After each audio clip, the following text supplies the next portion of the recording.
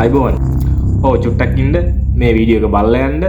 හැබැයි මේ මගේ වීඩියෝ එක කියන්නේ මම මේ කියන්න යන්නේ ඔයාලා කවුරුත් දන්නවා අපේ සුදා අයියා. ඒ කියන්නේ අපේ සෝෂල් මීඩියා සම්බන්ධව සහ YouTuber කෙනෙක් සුදත් තිලකසිරි.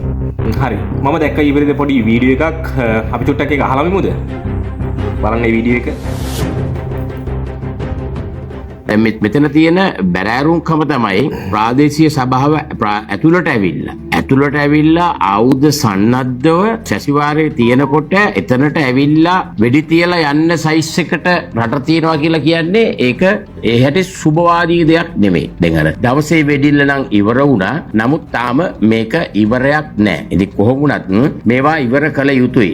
මෙහෙම රටක භීෂණයක් මේ විදියට භීතියක් ඇති කරවන්න බෑ. ජන ජීවිත සාමාන්‍ය පරිදි තම තමන්ගේ වැඩ කටයුතු කරගන්න වාතාවරණයක් සාමකාමී වාතාවරණයක් තිබිය යුතුයි. තුවක්කුකරුවන් මහදවාලේ ඇවිල්ලා 12000ක් ඉදිරිපිට ප්‍රාදේශ සභාව ඇතුළ කියන්නේ කී දෙනෙක් මෙතන ඉන්නවද? එතකොට මේවා ප්‍රශ්න කරන්න ඕන කරුණු මේවා අවංකවම.